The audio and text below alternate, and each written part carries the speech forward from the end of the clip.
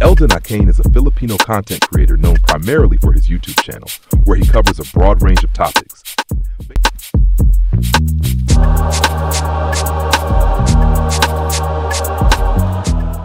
Sa kabila ng modernong mukha ng Hong Kong bilang isa sa pinakamayamang lungsod sa mundo, nakatago rito ang isang malungkot na realidad. Ito ay ang tinatawag na mga cage homes. Ito ay tirahang kahawig ng kulungan na gawa sa bakal o wire mesh na may sukat na halos kasya lamang ang iisang higaan at kakaunting gamit. Dito, libu-libong mamamayan ang napipilitang manirahan dahil sa labis na taas ng presyo ng pabahay sa lungsod. Nagsimula ang konseptong cage homes noong 1950 bilang pansamantalang solusyon para sa mga mahihirap na manggagawa at migrante na walang sapat na pera upang umupa ng normal na apartment. Ngunit sa paglipas ng panahon, imbes na mawala, lalo itong dumami dahil sa patuloy na krisis sa pabahay. Sa kasalukuyan, tinatayang may libu-libong tao ang naninirahan sa ganitong kondisyon. Karaniwang may sukat lamang na 1.5 hanggang 2 metro kwadrado ang bawat cage home.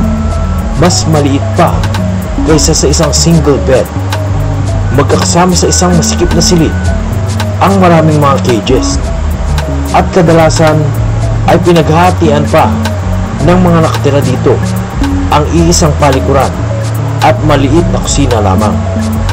Kulang sa ventilasyon, liwanag at privacy, kaya't maraming mga residente ang nakakaranas ng stress, sakit at depression. Isa sa pinakamalaking dahilan kung bakit nananatili ang cage homes ay ang mataas na presyo ng lupa at renta sa Hong Kong. Kilala ang lungsod bilang isa sa may pinakamahal na real estate sa mundo, kung saan kahit maliit na studio type na apartment lamang ay umaabot sa milyong-milyong piso ang halaga.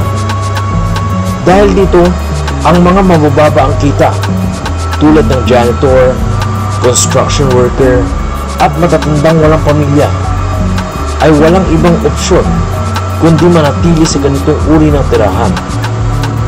Bagamat naging pansamantalang solusyon ang cage homes para sa mga walang matirhan, ito ay malinaw na indikasyon ng hindi pantay na pamahagi ng yaman.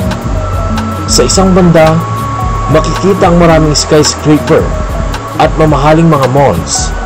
Sa kabilang banda naman, ay makikitang siksikan at salat sa kalinisan ang mga residente ng cage homes.